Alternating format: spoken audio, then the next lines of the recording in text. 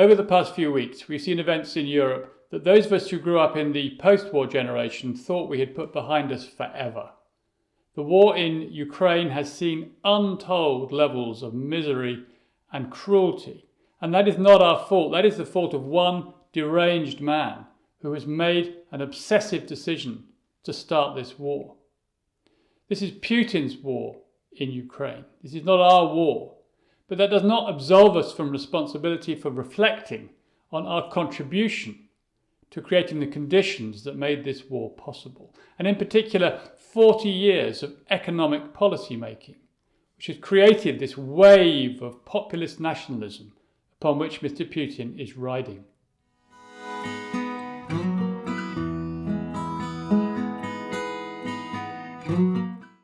I was born 14 years after the second nuclear bomb was dropped on Japan at Nagasaki. 14 years, that's not long. To put that in context, 14 years from this year takes us back to the great economic crash of 2008, the effects of which are still very, very much with us today. So I grew up very much in the shadow of the Second World War. Both my parents served through that war for its entirety, and much of the imagery, the films, the books, the television that we saw related to the war. But although the war was very present in the folk memory of the time, my own experiences were not of that, but were of the 1960s and 70s. A very different time, a very different atmosphere, and a very different sense of purpose.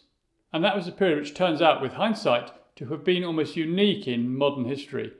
It was a period which started with the birth of the National Health Service in the late 1940s, the great surge in house building and social housing through the 40s, 50s and 60s, the enormous increase in productive activity, in technological development, and in the general wealth and condition of society. It was a period when people became less unequal. Wealth was more uniformly distributed. Things were generally getting better for most people most of the time. It was a period characterized by Harold Macmillan's famous remark, "You've never had it so good." That wasn't true for everybody, but it was true in general terms. People were much, much better off through the 50s and 60s than their predecessors had been before the war. But the other thing which characterized that period was the Cold War. The geopolitical context of the 50s, 60s and 70s was the tension that was constantly present between the so-called West, the democratic powers of Europe and of America, and the so-called East, characterized by the Soviet Union, which was Russia as we now know it, and a number of its satellite states, as well as the countries of Eastern Europe. But one thing we could be pretty sure of is that people in the so-called West were materially and socially better off than the people of the Soviet bloc. The people of Eastern Germany in the Soviet bloc could look across to their compatriots in West Germany and they could see the evident wealth, the prosperity, the cars, the holidays, all the things that was possible to do in West Germany that were not possible in the East. And they could aspire to that. There was a genuine sense that what was going on in the West was desirable. And this wasn't just about material or financial wealth. It wasn't just about money and cars and holidays. It was also about the social fabric of the state. Because social democracy in those days, despite its many problems, did essentially do what it says on the tin. It did have a clear social purpose. So health, education, social care, unemployment benefit, retirement pensions, all these things were amply provided, or far more so than they had been before. So in general, it was possible to lead an increasingly comfortable way of life. And it's not surprising, therefore, that people around the world, not just in Eastern Europe, not just in the Soviet Union, not just in China maybe, but people from around the world looked to the West, as we called it, looked to Western Europe and North America, and they aspired to that way of life. They aspired to belong to those sorts of societies. So what happened next? Well, during the 1980s, the cohesion of the Western social democratic model began to crumble. And in the vanguard of that movement was Great Britain, which under the Thatcher governments of the 1980s wore away at that principle of the providing state, of the social democratic state who took responsibility for the well-being of its citizens, and introduced a concept of individualism, whereby it was each individual's responsibility to look after themselves. And that sounded very reasonable. But the corollary of that was that individuals had to have access to the resources to do that. And that's where it all went wrong, because part of the revolution in economic thinking at that time was the sanctification of money. The accumulation of money became the primary object of economic policy. And we had this famous and famously flawed concept of trickle-down economics, whereby all the money was piled in at the top of the system. Rich people were encouraged to get as rich as possible on the principle that that wealth would trickle down from the rich to the less well-off, and they'd all get jobs, they'd all have activities, and they would all benefit in the long term. But as we now know, that doesn't work. For all sorts of reasons, the money gets stuck at the top of the system. There's many videos in the Bonkers Economics series which explains how this happens. And the consequence of that is that the poorer people further down the chain don't get what they need, and in hard times, they're the first to suffer. And when the hard times really came in 2008, 14 years ago, with the crash of the financial system, it was the poorest people who suffered the most. The rich may have lost some of their wealth, but they still have plenty to get by on. The poorest people were left with nothing in many cases. And over the last 10 to 15 years, we've seen that the wealth of the rich has now climbed again quite significantly, and that of the less well-off has just carried on tottering along the bottom. So that big change got underway in the 1980s under Thatcher in Great Britain, under Reagan in the United States of America. And it flowed through into most other countries in the Western sphere. And it was while this process was in full flow, at the end of the 1980s, that the Soviet Union collapsed. The Iron Curtain came down, the Berlin Wall came down, and the people who lived behind those structures were suddenly exposed to the economic policies and the opportunities that the West had to offer. And the model that they learned at that point was not the social democratic model that had persisted for the previous 30 years or so since the war. It was the new, acquisitive, get-rich-quick model that was then reaching its peak in Britain, in America, and to some extent elsewhere. And as we've seen, there were plenty of opportunists in the Soviet system who were quick to take advantage of what this sudden change in circumstances allowed. And now we have the consequences of that with these plutocrats whose yachts we're chasing around the Mediterranean trying to impound. All that money was focused into a very, very small number of hands, and the underlying wealth that could have been available to create a social liberal democracy in countries like Russia was whisked away, was stolen away, and stashed away in vaults in London and elsewhere. So that, in simple terms, explains the roots of populist nationalism, particularly in Russia, but also elsewhere. The more that the wealth in any given economy is concentrated at the top, the less is available for the generality of people, the less is available for taxation in order to provide public services, the more difficult it becomes to live a rewarding and satisfying life, the easier it is for populist politicians, of whom we've seen many across the world in the last 20 years, the more easy it is for them to build on the resentment of their populations and take power in an increasingly undemocratic way. And Putin has taken this to its logical extension. He's used the wealth of the plutocrats and the kleptocrats to finance his government, to finance his operation, and he's used the resentment of the millions of people who struggle to get by to underpin his political position. So there's a clear line of causation between the change in Western economic policy from the 60s and 70s, in the 1980s, which goes through to the great crash of 2008, just 14 years ago, after which the game really was up. Many, many people suffered from that process, and they haven't recovered yet.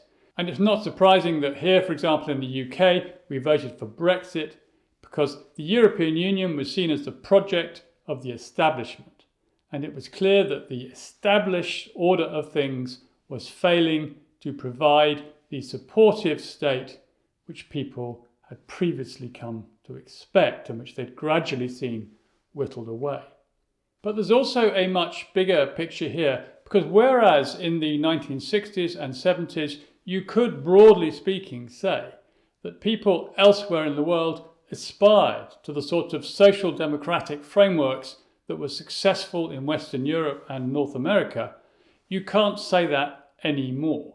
If you're, for example, Russian and you're looking at the situation in Britain and you're seeing people having to queue to get food from food banks, you're seeing people who can't afford to have somewhere to live, you're seeing millions of children living in poverty, you're seeing a failing education and health service, you're not going to say, that's the model that I want, that's where I want to be.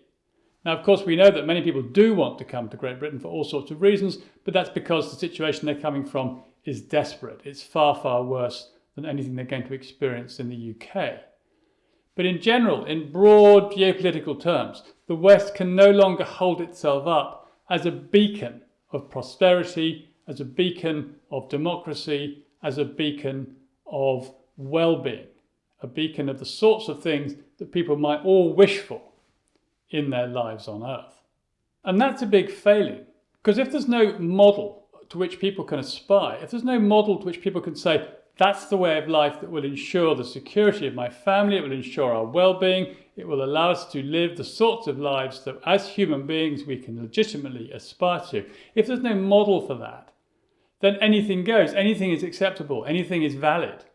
Dictatorship is valid, oppression is valid, anything which people think might get them something better than they've got suddenly becomes valid because there's no sense of where people are trying to get to. Everybody is out for themselves, everybody is struggling, everybody is trying to work out what's going wrong. And that's true on all sorts of levels. It's true in the economy, it's true in the environment, it's true geopolitically, it's true in terms of politics, it's true in religion. Everywhere people are struggling to work out what makes sense. Now, I'm not saying that the Western social democratic model of the 1960s and 70s was either perfect or uniformly desirable. I'm not saying we have to recreate that model or reimpose that model or indeed impose it on anybody. I'm simply saying that we have the opportunity in the rich West, as we can continue to call it, in the rich West, to create a model that people can choose to aspire to. And we are completely blowing it at the moment because we don't even have functional belief in our own democracy. And we have, as I say, food banks across Britain. We have terrible poverty across Britain and America and elsewhere. Policy has been driven almost entirely by a flawed economic idea that the creation of wealth is driven by the accumulation of money by the very rich. And whereas initially this was a peculiarly Anglo-Saxon problem, this was something which was born, if you like, in the United Kingdom in the 1980s, exported very rapidly to North America, and has only spread rather slowly to other states in Western Europe, for example, it nonetheless has now become all-pervasive. The neoliberal model of money as being the driver of all wealth is pretty much worldwide, and it's affected economies that were truly social democratic, like Germany, like Scandinavian countries. Everywhere you find the same sort of insidious infection taking hold. And the single market, for example, the single market in Europe, which we now so despise in British politics, that single market was oddly enough a British-inspired idea. And those four freedoms that it encapsulates, the freedom to move capital, labour, goods and services, those were not designed to improve the quality of people's life in the broader sense. They were designed to make it easier to accumulate money, and particularly the movement of capital. Because capital, which had once been more or less contained within national economies, could now go anywhere in search of the biggest return. The free movement of capital has probably done more than anything else within the European project to move that project away from its heart of social cohesion and unity towards creating greater inequality between the rich and the poor. So where do we go from here? As we observe the war in Ukraine, we naturally feel powerless and frustrated and angry. But we should perhaps recall that change, worthwhile change, generally begins at home. If we can change things for the better in our own lives, in the lives of our communities and our families, and in the wider world, in our country, then there's a good chance that that change for the better will radiate further out and ultimately make things like the Ukraine war less likely.